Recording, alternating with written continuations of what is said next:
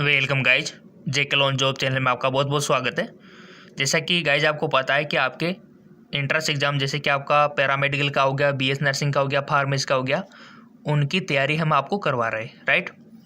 और रोज़ाना हम आपको 2 वीडियो अवेलेबल करवाएंगे, फिजिक्स, केमिस्ट्री और बायो का भी अगर आपको रिक्वायरमेंट है तो बोल देना गाइज, ठीक है। बायोलॉजी का उसका भी आपको मिल जाएगा, ठीक है।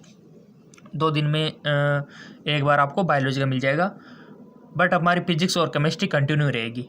ये सभी के लिए इंपॉर्टेंट है, जो बीएस नर्सिंग का एग्ज़ाम दे रहे हैं उनके लिए भी, और जो पैरामेडिकल का दे रहे और जो फार्मेसी का दे रहे उनके लिए, सभी के लिए इंपॉर्टेंट है।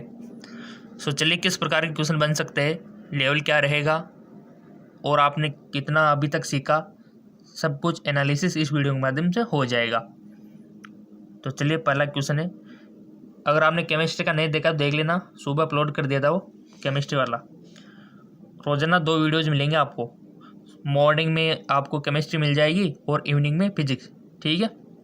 या फिर आपको मॉर्निंग में फिजिक्स मिल जाएगी और इवनिंग में केमिस्ट्री, ठीक है, एक ही बात है। तो चलिए शुरू करते हैं।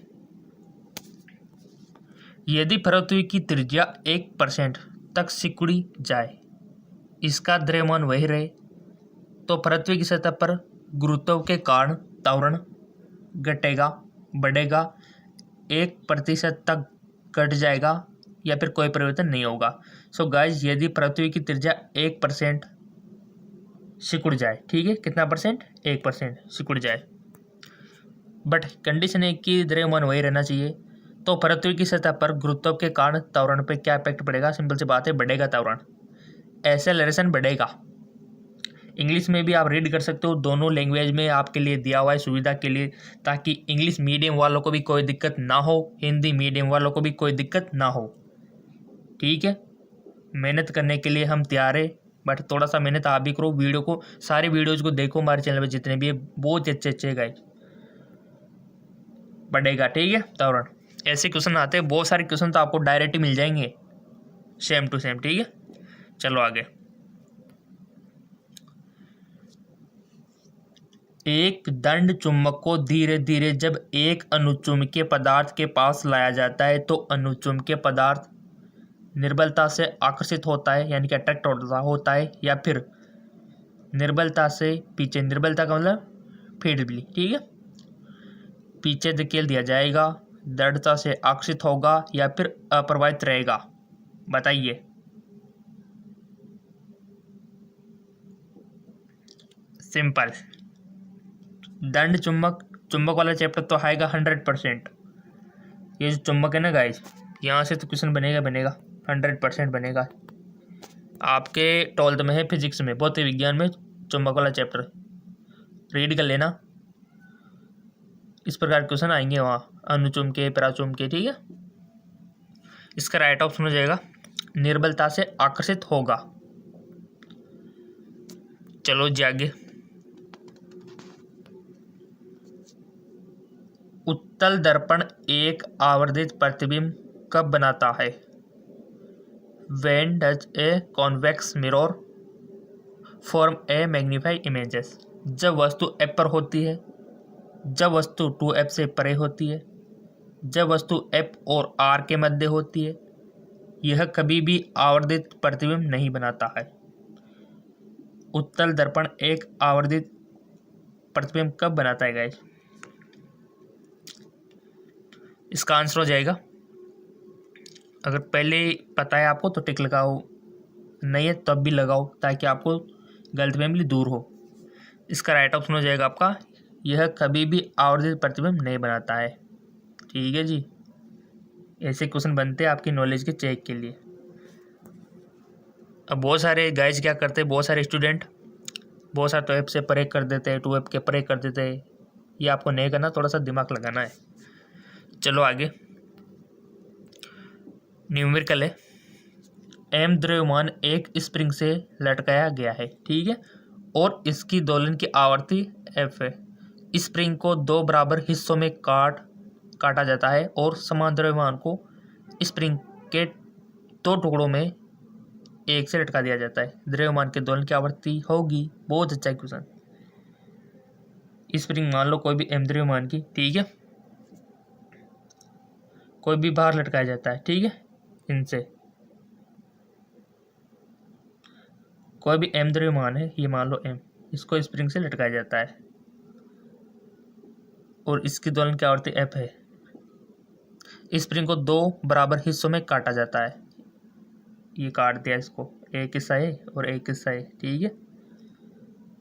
और समान द्रव्यमान को स्प्रिंग के 2 टुकड़ों में से एक से लटका दिया जाता है, ठीक है। द्रव्यमान के दोलन की आवृत्ति होगी, बताइए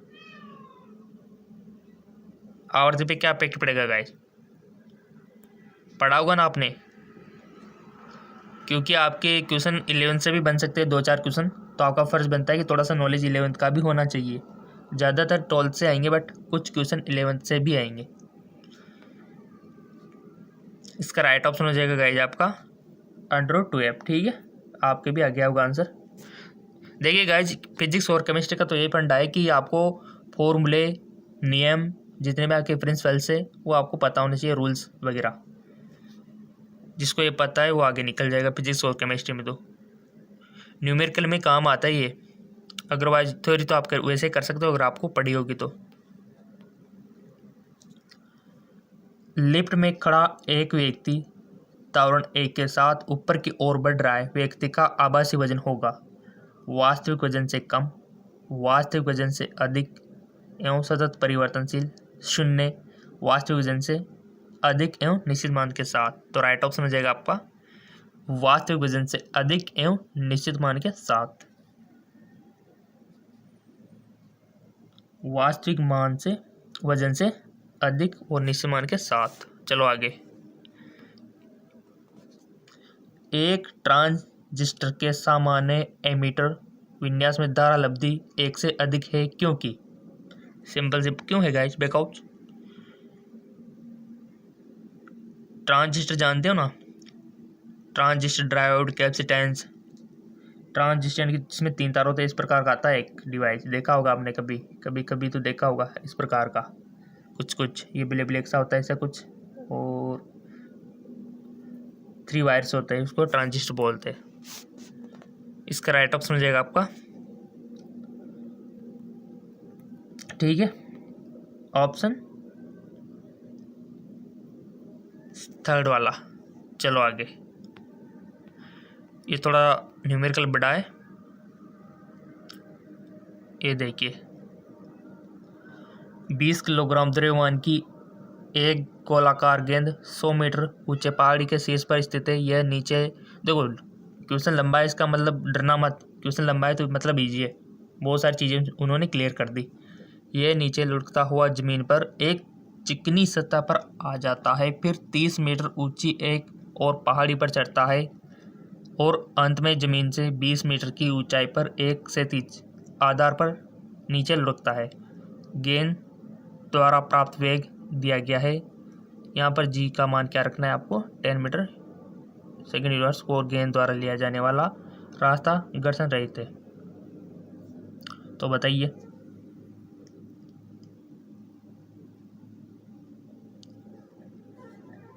इसका वेग आपको बताना है।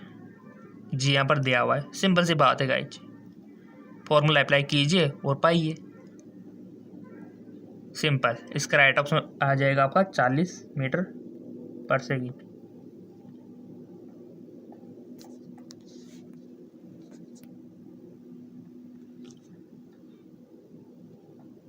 क्वांटम संख्या बढ़ने पर एक परमाणु के ऊर्जा स्तर का क्या होता है।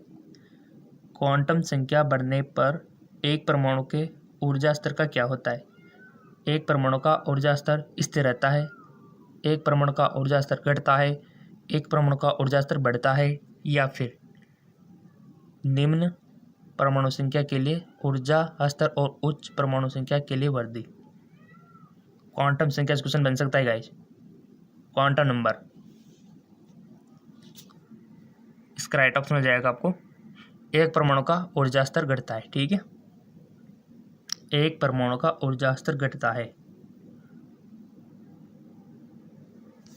चलो आगे।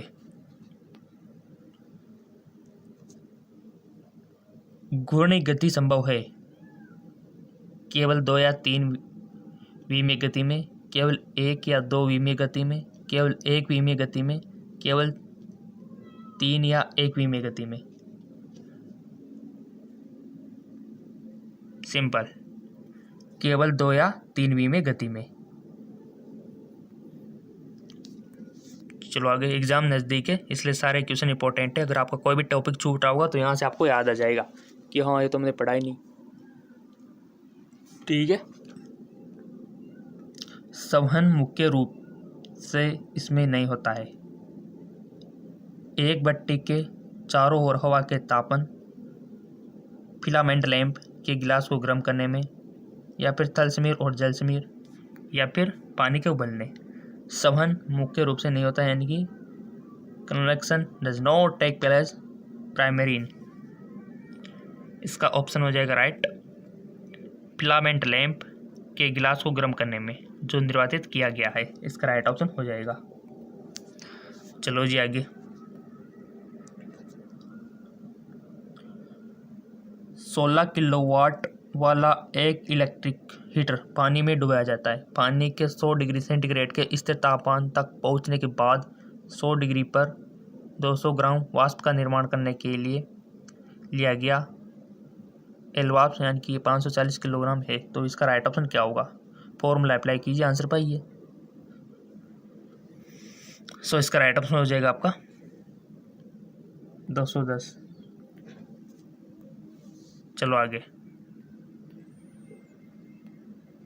एक सीधी छवि वस्तु के आकार में 2 गुना बड़ी होती है जो 20 सेंटीमीटर वाले वक्रता त्रिज्या के अवतल दर्पण का उपयोग कर के प्राप्त की जाती है। वस्तु की स्थिति ज्ञात कीजिए।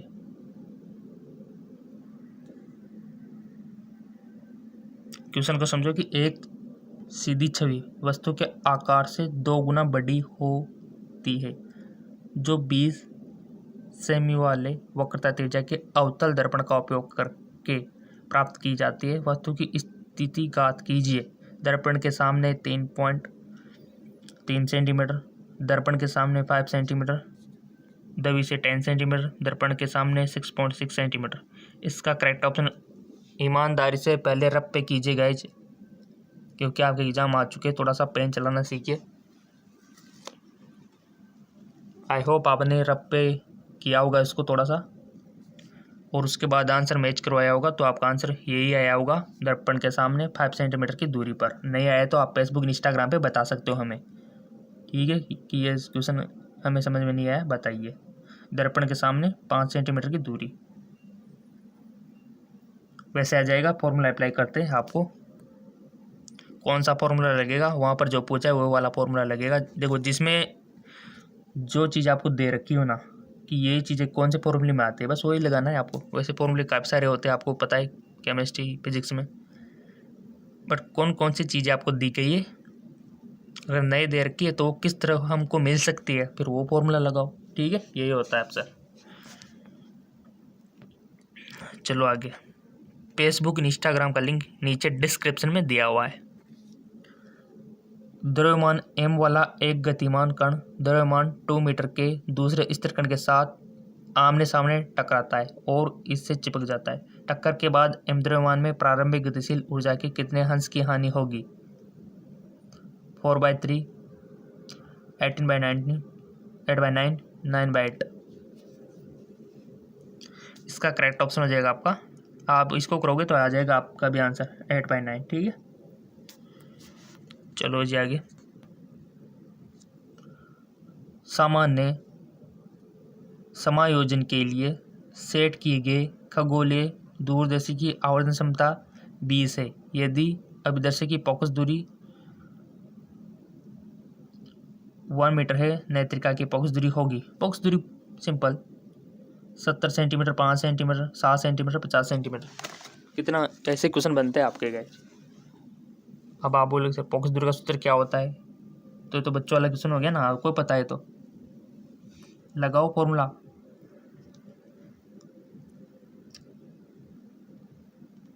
इसका राइट ऑप्शन हो जाएगा आपका 5 सेंटीमीटर। ठीक है, क्वेश्चन मिलते रहेंगे, लाइक अब मिलते रहेंगे तो आपको भी क्वेश्चन मिलते रहेंगे, और उसमें कौन सी शक की बात है। और ये भी क्वेश्चन कम लग रहे हो तो एक और चैनल है GK MCQ MK, यहाँ पर भी आप फिजिक्स केमिस्ट्री बायोलॉजी के क्वेश्चन पा सकते हो रोजाना। इसका लिंक नीचे दिया हुआ डिस्क्रिप्शन में, ये भी हमारा ही चैनल, ठीक है। यहाँ पर भी आपको मिल जाएंगे क्वेश्चन रोजाना। 10 सेंटीमीटर और -20 सेंटीमीटर फोकस लंबाई वाले दो लेंस संपर्क में रखे हैं। अनंत पर रखी वस्तु का प्रतिबिंब दूरी पर समायोजन द्वारा निर्मित होगा। कितनी दूरी पर? 20 सेंटीमीटर, 10 सेंटीमीटर, 30 सेंटीमीटर या फिर इनफाइनाइट? क्या होगा आंसर इसका गाइज? आपको बताने ताकि आपका माइंड भी तो काम करे ना। अगर हम ही इसको रीड करके, हम ही इसका ऑप्शन बोल के, हम ही आंसर फॉर्मूले सब कुछ दे देंगे तो आपका माइंड काम करना बंद कर देता है ऐसी कंडीशन में।